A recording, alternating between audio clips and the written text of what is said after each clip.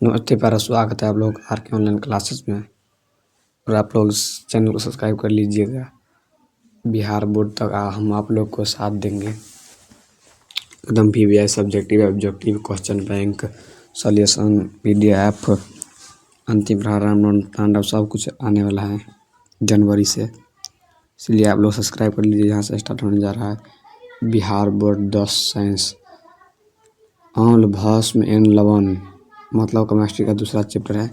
10 VVI subjective 10 VVI subjective 10 अंक पक्का कर। यहाँ से 10 अंक पूछेगा। वन शॉट देखेंगे, एक बार पढ़ चुके हैं हम लोग। चलिए यहाँ से बिना देर के स्टार्ट करते हैं। यहाँ से सरस्वती जी का आनंद लीजिए। सबसे पहले श्री सती सरस्वती नमः, जय सरस्वती।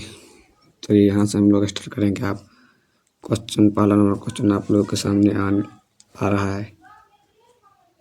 यहाँ से आ गया पहला नंबर क्वेश्चन। पहला नंबर क्वेश्चन क्या कह रहा है? अम्ल का जलीय विलयन क्यों विद्युत का चालन करता है? तो इसका राइट ऑप्शन हो जाएगा उत्तर नंबर यहाँ से सूक्ष्म अम्ल विद्युत का चालन नहीं करता है। सूक्ष्म अवस्था में HCl H+ आयन विमुक्त नहीं करता। ज्यों ही अम्ल में जल की कुछ मात्रा मिला दी जाती है तो यह H+ आयन विमुक्त करने लगता है। अम्ल में विद्युत धारा प्रभावित करने पर विद्युत धारा आसानी से बहने लगता है। H+ आयन के चलते जल से विद्युत धारा बहती है। जल विद्युत का चालन करने लगता है। तो पहला नंबर क्वेश्चन इतना हो जाएगा। आप लोग लिख लीजिएगा कॉपी में। इसके बाद दूसरा नंबर क्वेश्चन की ओर यहाँ से आएंगे। दूसरा नंबर क्वेश्चन क्या कह रहा है? दूसरा नंबर क्वेश्चन कह रहा है अम्लीय और भस्मीय मूलक क्या उदाहरण के साथ समझावे। तो यहाँ से इसका उत्तर नंबर हो जाएगा राइट। अम्ल दो आयनों से मिलकर बनते हैं। उनमें एक धनायन और दूसरा ऋणायन है। धनायन भस्म से प्राप्त होता है जबकि ऋणायन अम्ल से प्राप्त होता है। भस्म से प्राप्त आयनों को भस्मीय मूलक और से प्राप्त आयनों को अम्लीय मूलक कहते हैं।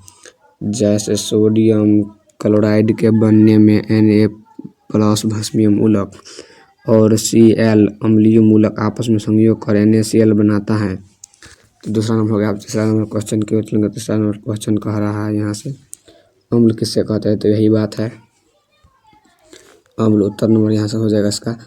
अम्ल वह पदार्थ जिसका स्वाद खट्टा होता है, जो नीले लिटमस के घोल को लाल बनाता है, जलीय विलयन में H+ आयन मुक्त करता है तथा धातु पर इसकी अभिक्रिया से हाइड्रोजन गैस मुक्त होते हैं।